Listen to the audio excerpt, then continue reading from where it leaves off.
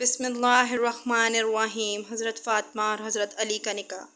جناب فاطمہ رضی اللہ عنہ پیغمبر خدا کی بیٹی اور اپنے زمانے کے ممتاز خواتین سے تھیں۔ جمال ظاہری اور روحانی و اخلاقی اقتدار اپنے والدین سے ورثہ میں پایا تھا۔ رسول اللہ کی دختر ہونے کی وجہ سے آپ کی ذات اقدس قریش و بعظمت شخصیات اور دولت مند حضرات کی نگاہوں میں مرکز توجہ تھی۔ بعض حضرات نے اپنے لیے رشتہ تک بھیجا مگر رسول اللہ بالکل پسند نہیں فرماتے تھے، مگر اس طرح فرماتے تھے کہ ان حضرات کو پتہ چل جاتا تھا کہ حضرت ان سے خفا ہیں۔ جناب رسول اللہ نے حضرت فاطمہ کو حضرت علی کے لیے مخصوص کر دیا تھا اور آپ چاہتے تھے کہ حضرت علی کی طرف سے اس کی پیشکش کی جائے۔ حضرت علی کی پیشکش اصحاب پیغمبر نے یہ محسوس کر لیا تھا کہ پیغمبر خدا کا دل چاہتا ہے کہ حضرت فاطمہ رضی اللہ عنہا کا عقد حضرت علی رضی اللہ عنہ کے ساتھ کر دیں، لیکن حضرت علی کی طرف سے اس کی پیشکش نہیں ہو رہی تھی۔ ایک دن جناب عمر رضی اللہ عنہ، ابو بکر رضی اللہ عنہ، سعد بن معاذ وغیرہ ایک گروہ کے ساتھ مسجد میں بیٹھے ہوئے تھے۔ جناب ابو بکر نے کہا، حضرت فاطمہ کی نسبت کے لیے رسول اللہ نے کسی کی بھی درخواست منظور نہیں کی، اور رسول اللہ نے فرمایا کہ حضرت فاطمہ رضی اللہ عنہ کا شوہر منتخب کرنا اللہ کے ہاتھ میں ہے۔ ابھی تک حضرت علی کی طرف سے جناب پیغمبر کی خدمت نے حضرت فاطمہ سے رشتہ نہیں مانگا۔ شاید میں سمجھتا ہوں کہ حضرت علی کی طرف سے اس اقدام کا نہ کرنے کی وجہ ان کا تہی دست ہونا ہے۔ میں یہ سمجھ سکتا ہوں کہ اللہ اور پیغمبر نے حضرت فاطمہ رضی اللہ عنہ کو حضرت علی کے لیے معین کر رکھا ہے۔ جناب ابو بکر نے جناب عمر اور سعد رضی اللہ عنہ سے کہا، اگر تم لوگ چاہتے ہو تو ہم مل کر علی کے پاس چلیں اور ان کے سامنے اس موضوع کو پیش کریں، اور اگر وہ شادی کرنے کی طرف مائل ہوں اور تہی دست کی بنیاد پر وہ شادی نہ کر رہے ہوں تو ہم ان کی مدد کریں۔ تینوں حضرات آپ رضی اللہ عنہ کے گھر آئے، مگر انہوں نے آپ کو وہاں نہیں پایا۔ معلوم ہوا کہ آپ ایک انصاری کے باغ میں اونٹ کے ذریعے ڈول کھینچ کر خرمے کے درختوں کو پانی دے رہے ہیں۔ تینوں اصحاب حضرت رضی اللہ عنہ کے پاس آئے اور آپ رضی اللہ عنہ نے فرمایا کہ کہاں سے آ رہے ہیں اور کیا غرض ہے؟ جناب ابو بکر رضی اللہ عنہ نے کہا، یا علی، تم کمالات کے لحاظ سے ہر ایک سے بالاتر ہو۔ ہم سب آپ کے مقام و مرتبہ جو رسول اللہ کو آپ سے ہے اس سے آگاہ ہیں۔ بزرگان اور اشراف قریش حضرت فاطمہ رضی اللہ عنہ کی خواستگاری کے لیے جا چکے ہیں، لیکن تمام لوگوں کی باتوں کو پیغمبر اکرم صلی اللہ علیہ وآلہ وسلم نے رد فرمایا ہے، اور یہ فرمایا ہے کہ جناب فاطمہ رضی اللہ عنہ کا شوہر معین کرنا خداوند عالم کے ہاتھ میں ہے۔ ہم گمان کرتے ہیں کہ خدا اور اس کے رسول نے جناب فاطمہ کو آپ کے لیے مخصوص کیا ہے۔ دوسرا اور کوئی بھی شخص اس سعادت پر افتخار کی صلاحیت نہیں رکھتا۔ ہمیں خبر نہیں ہو سکی کہ آپ اس اقدام میں کیوں کوتاہی کر رہے ہیں۔ آپ رضی اللہ عنہ نے جب یہ گفتگو سنی تو آپ کی آنکھوں میں آنسو بھر آئے اور فرمائے، اے ابو بکر، میرے احساسات اور اندرونی خواہشات کو ابھارا ہے اور اس کی طرف توجہ دلائی ہے جس سے کہ میں غافل تھا۔ خدا کی قسم، تمام دنیا حضرت فاطمہ کی خواستگار ہے اور میں بھی علاقہ مند ہوں۔ جو چیز مجھے اس اقدام سے روکے ہوئے ہے وہ فقط میرا خالی ہاتھ ہے۔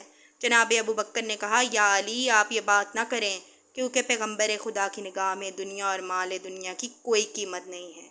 میری رائے ہے کہ جتنی جلدی ہو سکے آپ اس کام میں اقدام کریں اور جناب فاطمہ کی خواستگاری کی درخواست دیں۔ اسلام کی بحرانی کیفیت اور مسلمانوں کی اقتصادی زبوں حالی نے علی رضی اللہ عنہ کو اس دلی خواہش سے روک رکھا تھا۔ جناب ابو بکر کی پیشکش پر تھوڑا سا غور کیا اور اس معاملے کے تمام اطراف اور جوانب پر غور کیا۔ ایک طرف آپ کا خالی ہاتھ ہونا اور اپنی اور تمام مسلمانوں کی اقتصادی زبوں حالی اور عمومی گرفتاری دیکھ رہے تھے، اور دوسری طرف یہ بھی جان چکے تھے کہ کیونکہ آپ کی عمر 21 سال یا اس سے زیادہ ہو چکی تھی، انہیں اس عمر میں شادی کرنا ہی چاہیے، اور فاطمہ رضی اللہ عنہ جیسا رشتہ بھی نہ مل سکے گا اگر یہ سنہرا وقت ہاتھ سے نکل گیا تو پھر اس کا تدارک نہیں کیا جا سکے گا۔ جناب ابو بکر کی پیشکش نے حضرت علی کی روح کو اس طرح بیدار کر دیا تھا کہ آپ کا اندرونی جذبہ محبت شعلہ ور ہوا اور آپ سے پھر اس کام کو آخر تک پہنچانا ممکن نہ ہو سکا جس میں آپ مشغول تھے۔ آپ نے اونٹ اس کام سے علیحدہ کیا اور گھر واپس آ کے ایک صاف ستھری عبا پہنی اور جوتے پہن کے رسول اللہ کے گھر تشریف لے گئے۔ آپ اس وقت سلمہ کے گھر تھے اور دروازہ کھٹکھٹایا۔ پیغمبر اکرم نے جناب سلمہ رضی اللہ عنہ سے فرمایا کہ دروازہ کھولو۔ دروازہ کھٹکھٹانے والا وہ شخص ہے جس کو خدا اور رسول دوست رکھتے ہیں، اور وہ خدا اور اس کے رسول کو دوست رکھتا ہے۔ سلمہ نے عرض کیا کہ یا رسول اللہ، میرے ماں باپ آپ پر فدا ہوں، یہ کون ہے جسے آپ نے دیکھے بغیر اس قسم کا فیصلہ ان کے حق میں کر دیا؟ آپ نے فرمایا اے ام سلمہ چپ رہو، یہ ایک بہادر اور شجاع انسان ہے جو میرا چچا زاد بھائی ہے اور سب لوگوں سے زیادہ میرے نزدیک محبوب ہے۔ جناب ام سلمہ اپنی جگہ سے اٹھیں اور گھر کا دروازہ کھول دیا۔ حضرت علی رضی اللہ عنہ گھر میں داخل ہوئے اور سلام کیا اور پیغمبر خدا کے سامنے بیٹھ گئے اور شرم کی وجہ سے سر نیچے کیے ہوئے تھے اور اپنے ارادے کو ظاہر نہ کر سکے، اور تھوڑی دیر تک دونوں چپ رہے اور آخر الامر پیغمبر اسلام اس سکوت کو توڑا اور فرمایا یا علی، گویا کس کام کے لیے میرے پاس آئے ہو کہ جس کے اظہار کرنے سے شرم کر رہے ہو؟ بغیر ہچکچاہٹ کے اپنی حاجت کو بیان کرو اور مطمئن ہو جاؤ کہ تمہاری دلی خواہش پوری کی جائے گی۔ حضرت علی نے عرض کی یا رسول اللہ، میرے ماں باپ آپ پہ قربان ہوں، میں آپ کے گھر میں جوان ہوا اور آپ کے لطف و کرم سے ہی مستفید رہا ہوں۔ آپ نے میری تربیت میں ماں اور باپ سے بھی زیادہ کوشش فرمائی ہے اور آپ کے وجود مبارک کی برکت سے میں نے ہدایت پائی۔ یا رسول اللہ، خدا کی قسم میری دنیا اور آخرت کی پونجی آپ ہیں۔